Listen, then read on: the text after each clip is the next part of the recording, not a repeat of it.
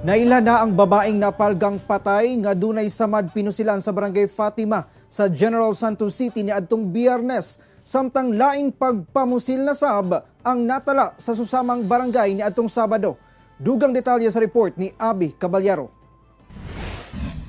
Nailhan na sa General Santos City Police Office ang babaeng napalgang patay nga dunay mga samad pinusilan sa kasagbutang bahin sa MC Village sa Barangay Fatima sa General Santos City Biyernes sa buntag. Ang biktima na ilhang si Rowena Monteza nga taga Barangay Baluan sa syudad.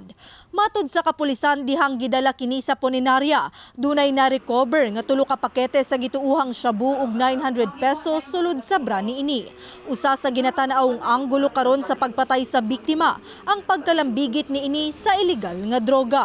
Ayun yung tinitignan ng mga investigators natin kung gaano katotoo yung allegation nga na yun na before na-involve ito sa drug activities. Samtang laing pagpamusil na sab ang natala sa Barangay Fatima gihapon sa General Santos City Sabado sa gabii. Nailhan ang biktima nga si Diosdado Zuniaga Jr., residente sa President Quirino Sultan Kudarat, ug bag-uhay lang nagpuyo dinhi sa syudad human na hire isip gwardya sa usa ka pribadong kumpanya.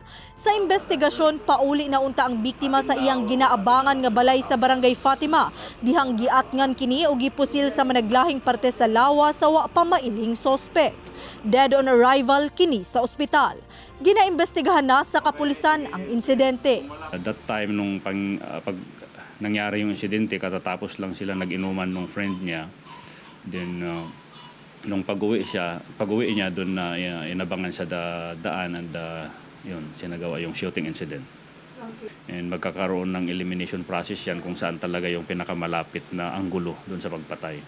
Kauban si Gary Balantay sa kamera. Ako si Abby Caballero para sa One Mindanao.